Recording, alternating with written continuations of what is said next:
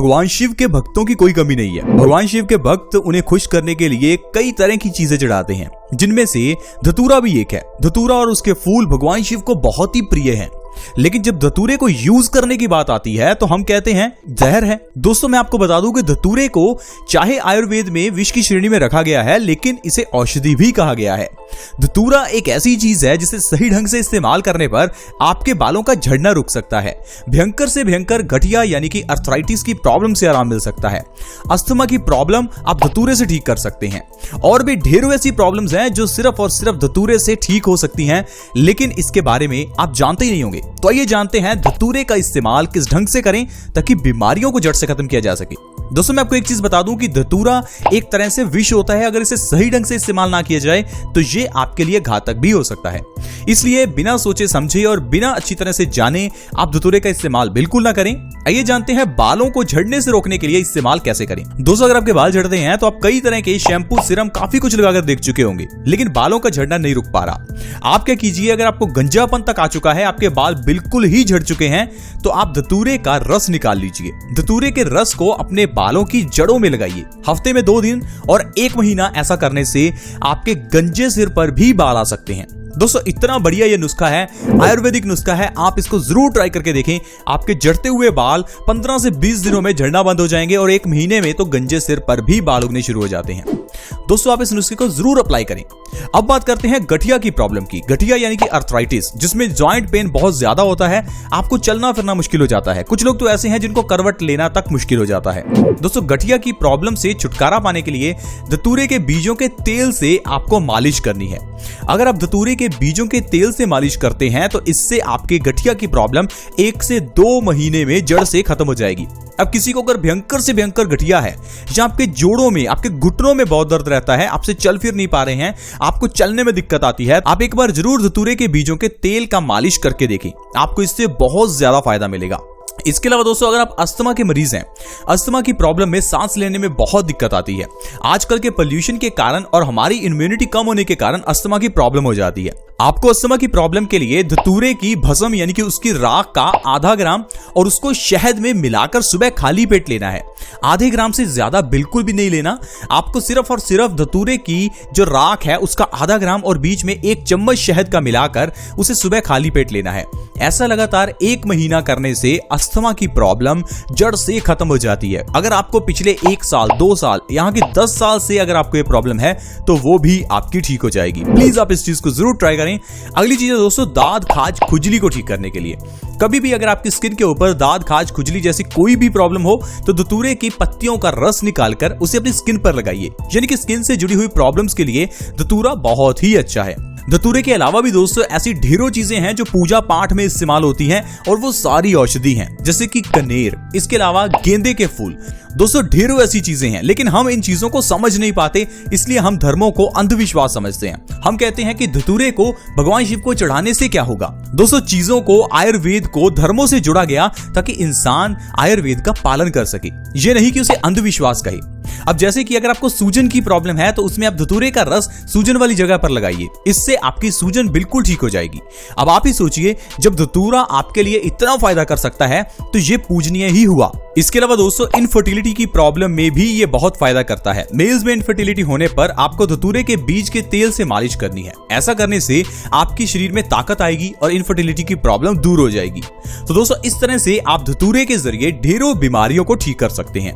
दोस्तों, धतूरे के अलावा पूजा पाठ में इस्तेमाल होने वाली चीजें जैसे कि लौंग, इलायची, ये भी अपने आप में औषधि हैं। दोस्तों, हमें कहा जाता है कि खाली पेट ही मंदिर जाना चाहिए, नंगे पांव ही मंदिर जाना चाहिए। क्या आपने कभी सोचा कि ऐसा क्यों कहा जाता है? खाली पेट मंदिर जाने का मकसद क्या है? दोस्तों, खाली पेट मंदिर जाने पर जब मंदिर में आपको चरणामृत मिलता है, आपको लौंग, इलायची का प्रसाद मिलता है, ये सारा प्रसाद खाली पेट खाने से बॉडी स्वस्थ रहती है। इसीलिए कहा जाता है कि खाली पेट जाना चाहिए।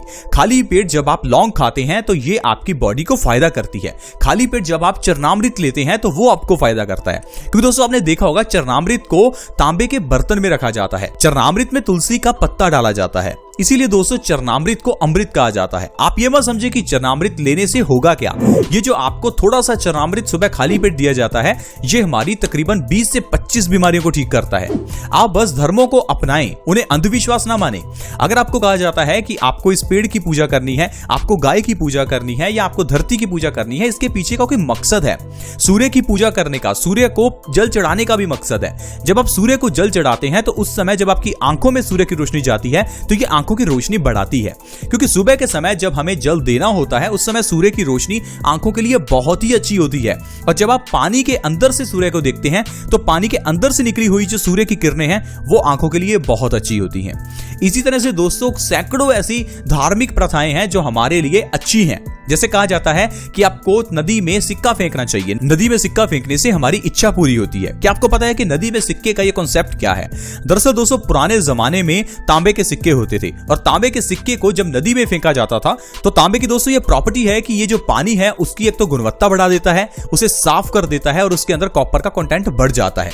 और जब हम उस नदी के पानी को पीते हैं तो वो हमारी बॉडी को फायदा करता है।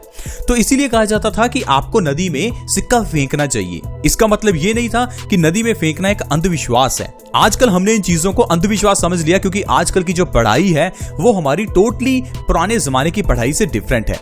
पहले लोगों को आयुर्वेद पढ़ाया जाता था। आयुर्वेद पढ़ने से हर इंसान अपने आप में डॉक्टर बन जाता था। आज भी आयुर्वेद में लिखा है कि हर इंसान अपने आप में एक डॉक्टर है, लेकिन आजकल की जो मेडिकल साइंस है उसे तो कोई समझ ही नहीं सकता। आज की मेडिकल साइंस में बीमारियों के नाम इतने मुश्किल रखे जाते हैं ताकि इसे कोई समझ ना पाए। इसे सिर्फ वो समझ पाए जो डॉक्टरी की पढ़ाई करता है, ताकि डॉक्टर्स का बिजनेस चलता रहे। आज की जो दवाइयां हैं उनके नाम मुश्किल रखे जाते हैं। कुछ लोग कहते हैं कि आप आज की मेडिकल साइंस के खिलाफ क्यों हैं? दोस्तों आप ही मुझे बताइए, आजकल की जो दवाइयां हैं उनके नाम आसान क्यों नहीं रखे जाते?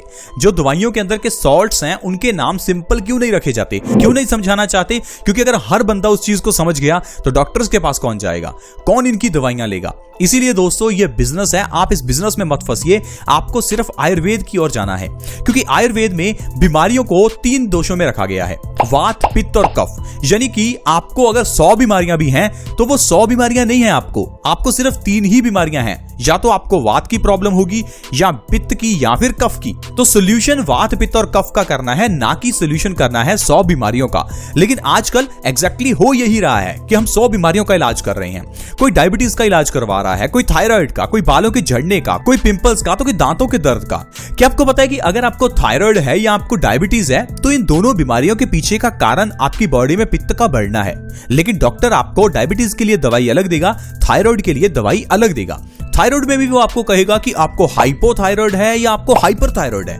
उसमें फिर वो आपको कहेगा कि आपको मोटापा आ चुका है, आप पतले हो चुके हैं, आपको इतना कुछ खाना है, आपको इस तरह के सप्लीमेंट्स लेने हैं, पता नहीं क्या कुछ बताएगा। लेकिन मैं आपको बता दूं कि थायराइड और डायबिटीज दोनों के पीछे का कारण है हमारी बॉडी का हार्मोनल इंबैलेंस। बॉडी का हार्मोनल इंबैलेंस तब होता है जब हमारी बॉडी में पित्त बढ़ जाता है। पित्त का मतलब है हमारी बॉडी में एसिड बढ़ जाता है। अगर आपकी बॉडी में एसिड की मात्रा ज्यादा है तो आपको जरूर डायबिटीज हो सकती है। इसलिए हमेशा ध्यान रखें कि ऐसी चीजें खाएं जिसमें एसिड की मात्रा कम हो। तो दोस्तों इस तरह से स्वस्थ रहना बहुत ही आसान है। हम आपको हमेशा यही कहते हैं कि हर इंसान अपने आप में डॉक्टर बन सकता है, हर इंसान स्वस्थ रह सकता है। बस आपको ये समझना होगा कि स्वस्थ कैसे रहें। अगर आज की मेडिकल साइंस के अकॉर्डिंगली चलेंगे फिर तो आपको डॉक्टर्स पर ही निर्भर रहना पड़ेगा। लेकिन पुराने जमाने में लोग डॉक्टर्स पर निर्भर नहीं थे। पुराने जमाने में लोग घर पर ही बीमारियों का इलाज करते थे। क्या आपको लगता है कि पुराने जमाने में सर्दी, खांसी, जुकाम होने पर लोग डॉक्टर के पास जाते थे? बिल्कुल भी नहीं। दोस्तों पुराने जमाने में घरों में अमरूद का, नीम का पेड़ लगा हुआ था, तुलसी लगी हुई थी, मरुआ लगा था।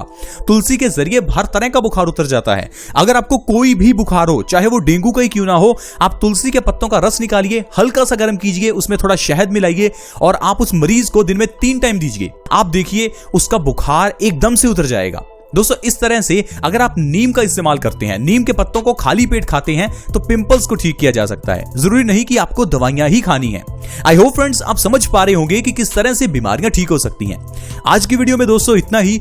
अगर आपको वीडियो अच्छी लगी हो तो इस वीडियो को लाइक करें, इस वीडियो को शेयर जरूर करें, क्योंकि आपकी शेयर से किसी दूसरे व्यक्ति की हेल्प हो सकती है। वीडियो को शेयर करना बहुत ही आसान है। वीडियो के नीचे एक शेयर का बटन है, उसे दबा दें और इस वीडियो को व्हाट्सएप, फेसबुक जहां शेयर कर सकते हैं प्लीज शेयर करें। अगर आप हमारे चैनल से जुड़ना चाहते हैं तो जुड़ना बिल्कुल फ्री है। इस वीडियो के नीचे आपको एक सब्सक्राइब का बटन दिखेगा, उसके ऊपर क्लिक कर दें और हमारे चैनल से जुड़ जाएं ताकि आपको हर नई वीडियो की नोटिफिकेशन सबसे पहले मिले। ऐसी वीडियोस के साथ फ्रेंड्स दोबारा मिलेंगे। धन्यवाद।